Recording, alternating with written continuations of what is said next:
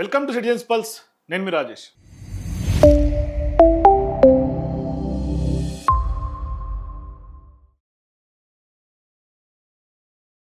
ఇవాళ తెలంగాణ రాష్ట్ర రాజకీయాల్లో ఒక బిగ్ బ్లాస్ట్ అని చెప్పాలి. కాంగ్రెస్ పార్టీలో విస్ఫోటనంలాగా చేసినటువంటి వ్యాఖ్యలు పేలినాయి ఇవాళ. అది పొంగులేటి గారు అప్పుడెప్పుడో దీపావళిలో బాంబులు పేలితే, దీపావళిలో పేలే బాంబులు ఇప్పుడు పేలినాయి. కాంగ్రెస్ పార్టీలో కొండా సుష్మిత గారు, ఎవరైతే కొండా సురేఖ గారి కూతురు ఉన్నారో ఆమె చేసినటువంటి బ్లాస్ట్ మామూలు బ్లాస్ట్ కాదు. ఇవాళ రేవంత్ రెడ్డి గారి యొక్క అవినీతి మీరు నాకు కౌంటర్ ఇస్తే గుట్టు విప్పుతానన్నది. 200 కోట్లు మీ తమ్ముడు దారదత్తం చేయటం కాదు, ఇంకా భవిష్యత్తులో చాలా స్కామ్లు గుట్టు విప్పుతా మీరు కనుక నన్ను కౌంటర్ చేస్తే అని స్పష్టంగా ఉన్నట్టుగా కుండ బద్దలు కొట్టింది కొండా సుష్మిత గారు. మరి ఇప్పుడు ఈ జరుగుతున్నటువంటి వ్యవహారం అంతా చూస్తే ఆమె పార్టీ లైన్ క్రాస్ అయినారు అని చెప్పేసి అని షోకాజ్ నోటీస్ కూడా ఇచ్చారు. ఇది ఇంకా విడ్డూరం. కొండా సుష్మిత గారు కాంగ్రెస్ పార్టీలో సభ్యత్వం లేదు అని కాంగ్రెస్ పార్టీ నాయకులు చెప్తూ ఉన్నారు. ఇవాళ వీళ్ళు షోకాజ్ నోటీస్ ఎవరికి ఇచ్చారు? కొండా సురేఖ గారికి ఇచ్చారు.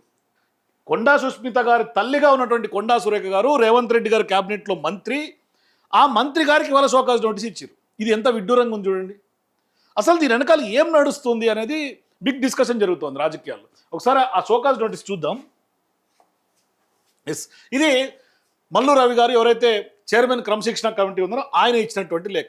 పార్టీ క్రమశిక్షణకు విరుద్ధంగా వ్యవహరించినటువంటి దేవాదాయ అటవీ శాఖల మంత్రి శ్రీమతి కొండా సురేఖ గారు కూతురు సుష్మిత గారు పరకాలలో ముఖ్యమంత్రి రేవంత్ రెడ్డి గారి మీద, అట్లాగే సీనియర్ శాసనసభ్యులు రేవూరి ప్రకాష్ రెడ్డి గారి పైన చేసినటువంటి అనుచిత వ్యాఖ్యలపై వివరణ కోరుతూ 3 రోజుల్లో వివరణ సమర్పించాలనే ఆదేశాలు. శ్రీమతి సుష్మిత గారు నేడు అనగా ఆగస్టు 19న పరకాలలో ముఖ్యమంత్రి రేవంత్ రెడ్డి గారి మీద, సీనియర్ శాసనసభ్యులు రేవూరి ప్రకాష్ రెడ్డి గారి మీద అనుచిత వ్యాఖ్యలు చేసినట్టుగా టీపీసీసీ క్రమశిక్షణ కమిటీ దృష్టికి వచ్చింది. ఈ విషయంపై కమిటీకి అందినటువంటి సమాచారం మరియు అందుబాటులో ఉన్నటువంటి వివరాలను పరిశీలించిన అనంతరం ఈ వ్యవహారంపై సమగ్ర వివరణ అవసరమని క్రమశిక్షణ కమిటీ భావించింది. ఈ క్రమశిక్షణ కమిటీ కూడా రేవంత్ రెడ్డి గారి ఆదేశాల మేరకే ఈ నోటీస్ ఇచ్చింది. ఎందుకు చెప్తున్నా ఇది అంటే, నిన్న రాత్రి ఎప్పుడైతే 8:30కి నోటీస్ వెలువరిందో ఆ టైంలో మల్లు రవి గారు రేవంత్ రెడ్డి గారితో ఉన్నారు. ఎందుకంటే నిన్న మిడ్ నైట్ ఢిల్లీ నుంచి ఆయన విదేశీ ట్రిప్కి వెళ్ళిండు రేవంత్ రెడ్డి గారు. అంటే రేవంత్ రెడ్డి గారు గ్రీన్ సిగ్నల్ ఇస్తేనే మహేష్ కుమార్ గౌడ్తో సంబంధం లేకుండా మహేష్ కుమార్ గౌడ్ గారు రాష్ట్రంలో ఉన్నారు, పిసిసి అధ్యక్షుడు ఆయన. మల్లు రవి గారేమో ఇవాళ కొండా సురేఖ గారికి ఇచ్చిరండి విడ్డూరంగా. కూతురు మాట్లాడితే తల్లికి నోటీస్ ఇచ్చారు. ఇప్పుడు వాళ్ళు ఏమంటారు, నేను మాట్లాడితే నాకు నోటీస్ ఇవ్వాలి కానీ మా అమ్మకి ఇస్తే ఏం సంబంధం అని అన్నారు సుష్మిత గారు. నేను మాట్లాడిన స్వయంగా సుష్మిత గారితో, అసలు పార్టీ ఎట్లా ఇస్తుంది మా అమ్మకి అని అన్నారు. ఇప్పుడు వాళ్ళు ఏమంటారు, మా కూతురు మాట్లాడితే నాకేం సంబంధం అని స్పష్టంగా అదే నోటీస్లో ఇవాళ 3 రోజుల వివరణ అడిగారు కదా, అదే వస్తుంది 3 రోజుల వివరణ. మరి ఏం చేస్తారు అంటే దీని వెనకాల టార్గెట్ కొండా రాజకీయంగా ఏమన్నా చెక్ పెట్టేందుకు రేవంత్ రెడ్డి గారు చేస్తున్నటువంటి ఎత్తుగడ. అసలు వాస్తవానికి ఈ వ్యవహారం మీద మహేష్ కుమార్ గౌడ్ గారిని అడిగిర్రు రిపోర్టర్లు ఇవాళ ఉదయం. సుష్మిత కానీ చిన్నారెడ్డి గారు ఎవరు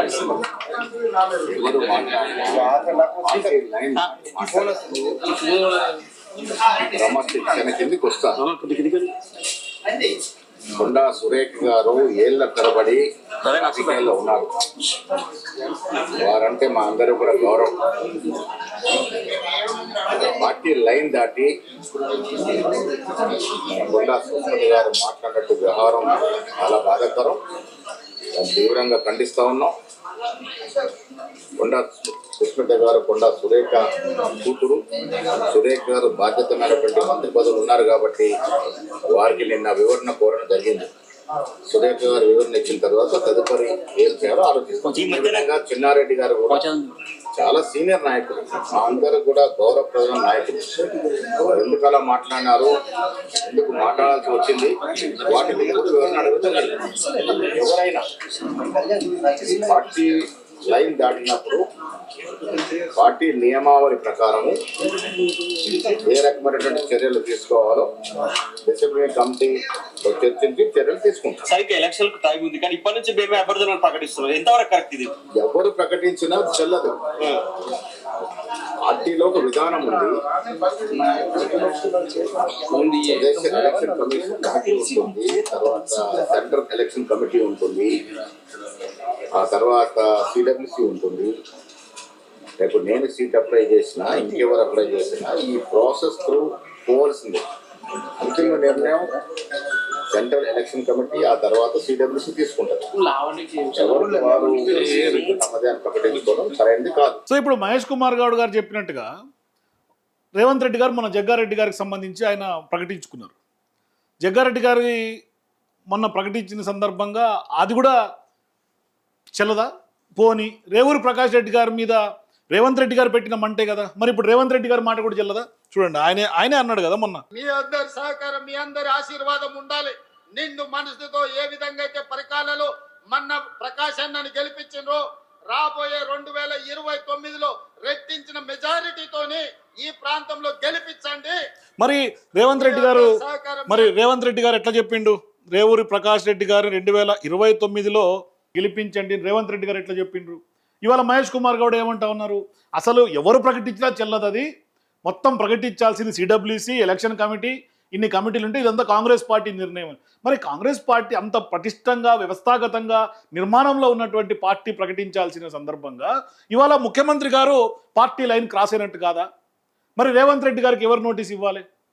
మరి జగ్గారెడ్డి గారికి ప్రకటిస్తారు, రేవూరి ప్రకాష్ రెడ్డి గారికి ప్రకటిస్తారు, జగ్గారెడ్డి గారికి ఏమో రాహుల్ గాంధీ చెప్తారంటారు, ఇక్కడేమో 2029కి ఈయననే అభ్యర్థి, మీరు దీవించండి, ఓట్లేయండి అని చెప్తాడు. అసలు మంట పెట్టిందే రేవంత్ రెడ్డి గారు కదా. అంటే మంట పెట్టింది రేవంత్ రెడ్డి గారు అంటే కొండా సురేఖకు సంబంధించి ఎందుకు టార్గెటెడ్గా రాజకీయాలు చేస్తున్నారు తెలంగాణలో అని. మరి ఇవాళ కొండా సుష్మిత గారు గతంలో ఎప్పుడైతే డెక్కన్ సిమెంట్స్కి సంబంధించినటువంటి మాట్లాడారో అప్పటి నుంచే ఆమెను టార్గెట్ చేసుకొని ముందుకెళ్తా ఉన్నారు. లేకుంటే ఒక మంత్రిగా ఉన్నటువంటి క్యాబినెట్ మంత్రికి సంబంధించినటువంటి ఓఎస్డీని పోలీసులు అరెస్ట్ చేసేందుకు ఇంటికి వెళ్ళి నానా యాగి చేసిండ్రు అంటే ఎందుకు అంత కట్టడి చేయాల్సినటువంటి అవసరం ఏమొచ్చింది రేవంత్ రెడ్డి గారికి? ఇవాళ అదే అంటున్నది ఆమె. మంత్రి స్థాయిలో ఉన్నటువంటి వ్యక్తుల మీద, మీ క్యాబినెట్లో ఉన్నటువంటి వాళ్ళ మీద మీరు ఎందుకు అంత మానిటరింగ్ చేసి అంత నజర్ పెట్టి, ఎందుకు అంత ఇన్సెక్యూరిటీ? ఇంటెలిజెన్స్ పోలీసులు ఎందుకు మా ఇండ్ల ముందర పెడతా ఉన్నారు? ఇవాళ మా దగ్గర ఉన్నటువంటి స్టాఫ్లో మీరెందుకు నిర్ణయం చేసి మీ మనుషుల్ని పెడతా ఉన్నారు? ఇటువంటివి చాలా జరుగుతూ ఉన్నాయి. ఇవాళ దీనికి గనక కౌంటర్ వేస్తే నేను ఇంకా కూడా మొత్తం గుట్టు విప్పుతానన్నారు. ఒకసారి సుష్మిత గారు ఏమన్నారు వినండి. ముఖ్యమంత్రి వెళ్తే కళ్ళు నెత్తికెక్కినాయా అని అడుగుతాను నేను నిన్ను. ఇది అచ్చ కాంగ్రెస్ వర్సెస్ పచ్చ కాంగ్రెస్ అయింది. ఇక్కడ మొత్తం పచ్చ కాంగ్రెస్ మాత్రమే నడుస్తున్నది. ఇక్కడ అచ్చ కాంగ్రెస్ ఏది నడవట్లేదు. కాంగ్రెస్ సభ్యులు ఎవ్వరూ ఆనందంగా లేరు. దాంట్లో ఉత్తమ్ కుమార్ రెడ్డి అంకుల్, మేము యాక్చువల్లీ అసలు ఆయనకి ఏం చెప్పాల్సింది ఉంటే మా జ్యేష్ఠ సహాయానికి నీ ఇంకా బయటికి తీయాల్సిన చాలా ఉంటాయి. నువ్వు ఇంటెలిజెన్స్ రిపోర్ట్స్ తెప్పించుకొని ఇవాళ అందరు మా లీడర్లు అందరు ఇండ్ల దగ్గర పోలీసులను పెట్టావు. నువ్వు ఇంటెలిజెన్స్ రిపోర్ట్ తెప్పించుకొని ఎందుకంత భయం నీకు? ఈ తమ్ముందు ఒక 200 కోట్లది ఒకటే చెప్పిన, ఒకవేళ ఎవరైనా నాకు కౌంటర్ ఇచ్చింది అనుకోండి మిగతా కూడా బయటికి తీయాల్సి వస్తుంది. సో కొండా సుష్మిత గారు ఇంత అవుట్రైట్గా ముఖ్యమంత్రి అవ్వగానే కళ్ళు నెత్తికెక్కినాయా అని అంత అవుట్రైట్గా బ్లాస్ట్ అయ్యిండ్రు. అంత ఇన్సెక్యూరిటీ ఎందుకని అడుగుతున్నారు. ఇవాళ 200 కోట్ల మీ తమ్ముడిది మాత్రమే నేను బయట పెట్టినా, ఇంకా చాలా ఉన్నాయి బయట పెట్టాల్సిందని చెప్తుంటే ఇంకా ఏం నడుస్తూ ఉంది? ఇవాళ సొంత క్యాబినెట్లో ఉన్నటువంటి మంత్రులే మీ బండారాలు బయట పెడతామని మాట్లాడుతున్నటువంటి సందర్భంగా మరి నిజంగా ఈ ప్రభుత్వంలో ఏం నడుస్తుంది? సామాన్యులకు ఎక్కడ నమ్మకం కలుగుతుంది? ఇవాళ 22A విషయం తీసుకుంటే సెటిల్మెంట్లో బాగోతామని చెప్తా ఉన్నారు, అవుట్రైట్గా చెప్తా ఉన్నారు. ఇక ఎన్ని వ్యవహారాలు నడుస్తూ ఉన్నాయి? ఫ్యూచర్ సిటీ చుట్టూత మహేశ్వరం సంబంధించినటువంటి భూమాఫియా అట్లా తెగబడుతోంది. మొత్తం ఈ ప్రభుత్వం ఏర్పడిన తొలి నాళ్ళ నుంచి ఇప్పటిదాకా భూముల చుట్టూతోనే రాజకీయం చేస్తున్నారు. భూములతోటి ఎట్లయితే సినిమాల్లో బెదిరించి సెటిల్మెంట్లు చేసుకుంటారో అయ్యే నడుస్తూ ఉన్నాయి ఇప్పటిదాకా. మరి ఇవాళ కొండా సుష్మిత గారు వ్యాఖ్యలు చూసిన తర్వాత నిజంగా ఆ వ్యాఖ్యలు వెనుక ఎవరు ఉన్నారు, ఏమైనా నిజంగా అధిష్టానం ఏమన్నా ఉందా అని అనిపిస్తోంది. నిజంగా ఆమె చేసినటువంటి బిగ్ బ్లాస్ట్ సంచలన వ్యాఖ్యలు, దాని వెనకాల ఉన్నటువంటి మర్మాన్ని ఒకసారి మనం విశ్లేషణ చేయాల్సినటువంటి అవసరం ఉంది. అట్లాగే ఇది ఒకసారి సీక్వెన్స్ కనుక మనం గమనిస్తే, మొన్న ఒక వారం రోజుల క్రితం ఈ నెల 13వ తారీఖు పాలించే ప్రభువు కాదు కలిసి పనిచేసే గుంపు మేస్త్రి అంటూ ఆమె కొండా సురేఖ గారు, వాళ్ళ తల్లి ఎవరైతే సుష్మిత గారు మదర్ ఉన్నారో ఆమె ఒక ఎడిటోరియల్ రాశారు ఆంధ్రజ్యోతి దినపత్రికలో. మరి ఆనాడు అంత అద్భుతమైనటువంటి ఆర్టికల్ అందరితో కలిసి పనిచేసే గుంపు మేస్తే అని రేవంత్ రెడ్డి గారి మీద ఇప్పుడున్నటువంటి ప్రభుత్వంలో ఉన్నటువంటి యంత్రాంగం మీద అడ్మినిస్ట్రేషన్ మీద అట్లా రాస్తే తర్వాత 3 రోజులకే ఇవాళ రేవంత్ రెడ్డి గారికి సంబంధించి వరంగల్ పర్యటనకు కొండా సురేఖ గారు డుమ్మా కొట్టారు. మొన్న వెళ్తే సో ఇప్పుడు ఆ పర్యటనలో రేవంత్ రెడ్డి గారు చుట్టూ ఎవరున్నారు? మ్యాక్సిమం మనకు కనిపించింది సీతక్క గారు.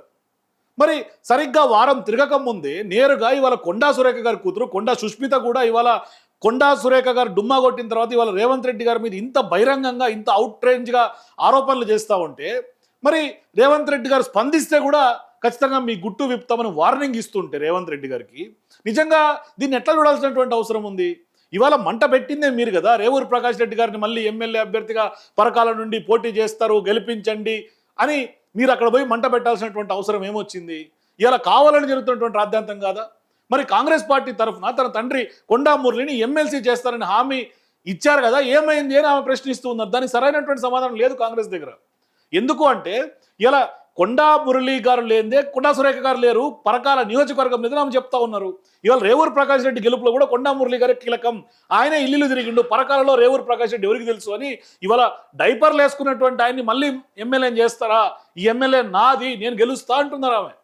మరి ప్రభుత్వ అధికారిక కార్యక్రమాల్లో ప్రజా డబ్బుతో మీరు మంత్రులను అక్కడ తీసుకెళ్ళి అక్కడ మంత్రుల ఫోటోలు లేకపోవడం, ప్రోటోకాల్స్ ఉల్లంఘన జరగటం, అక్కడ పోయి మీరు ఎన్నికల సభలాగా నిర్వహించడం, ఇది ఎక్కడ ఆనవాయితీ కాంగ్రెస్ పార్టీలో?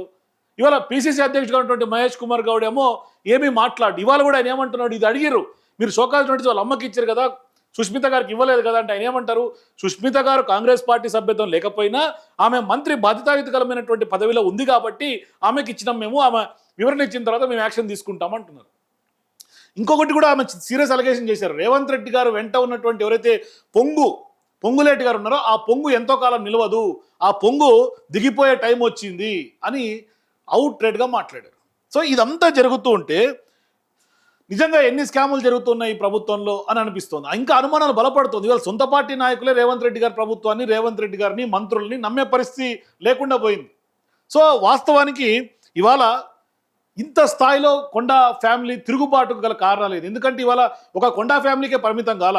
ఇవాళ అనిరుద్ధ్ రెడ్డి గారు మాట్లాడుతున్నారు ఆంధ్ర కాంట్రాక్టర్లని, పచ్చ కాంగ్రెస్ అంటున్నారు. ఇవాళ అచ్చ కాంగ్రెస్ అంతా కూడా ఆందోళనతోటి, ఆవేదనతోటి వాళ్ళంతా కూడా ఉబికుతా ఉన్నారు. అంటే నివురు కప్పిన నిప్పులాగా వాళ్ళందరూ ఆ నిప్పులు ఎప్పుడు బ్లాస్ట్ అవుతాయో తెలియదు. ఇవాళ అచ్చ కాంగ్రెస్ నాయకులందరూ మదన పడతా ఉన్నారు, ఎందుకు అనవసరంగా మేము కాంగ్రెస్ పార్టీని అధికారంలోకి తీసుకొచ్చామా అని. జెండాలు మోసినటువంటి కార్యకర్తలు, జెండాలు మోసినటువంటి నాయకులు ఇవాళ రోధిస్తూ ఉన్నారు, ఆందోళన చెందుతూ ఉన్నారు, ఆవేదన చెందుతూ ఉన్నారు. అరే మంచి రోజులు అన్నారు, ఎక్కడ పోయినాయి, మా జీవితాలు ఎప్పుడు బాగుపడాలని బాధపడతా ఉన్నారు. ఇవాళ కోమటిరెడ్డి రాజగోపాల్ రెడ్డి విషయం తీసుకున్నా, లేదంటే కొండా సుష్మిత గారి విషయం తీసుకున్నా, కాంగ్రెస్ పార్టీ ఇచ్చినటువంటి హామీలు నెరవేర్చట్లేదే.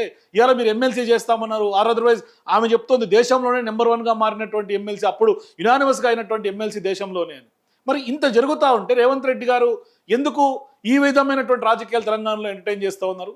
ఇక మొత్తం అచ్చ కాంగ్రెస్ పచ్చ కాంగ్రెస్ అనేది గాంధీ భవన్లో ఇవాళ బగ్గుమంటా ఉంది. కాంగ్రెస్ పార్టీలోనే తిరుగుబాటు మొదలవుతా ఉంది. ఇవాళ కాంగ్రెస్ పార్టీలో ఏ నాయకత్వంతో అయితే, ఏ నాయకుడైతే ఎంత మాస్ లీడర్గా ఎదిగి ఇవాళ కేసీఆర్ గారి మీద గెలుపుని తీసుకొచ్చిండో, కాంగ్రెస్ పార్టీని గెలిపించి చూపించాడో, అదే నాయకుడే ఇవాళ కాంగ్రెస్ పార్టీని తెలంగాణలో భూస్థాపితం చేస్తున్నట్టుగా కనిపిస్తుంది. ఆ డిస్కషన్ జరుగుతుంది ఇవాళ పొలిటికల్ వర్గాల్లో. కాబట్టి ఒకసారి కాంగ్రెస్ పార్టీ జాతీయ నాయకత్వం పునరాలోచించాల్సినటువంటి అవసరం ఉంది, వేర్ వెంట్ రాంగ్ అన్నది. కాబట్టి నిజంగా కాంగ్రెస్ పార్టీలో ఎక్కడ తప్పిదం జరిగింది, వేర్ వెంట్ రాంగ్ అనేది మీరు కూడా మీ కింద నా కామెంట్స్ చెప్పండి. For more videos please watch citizens pulse.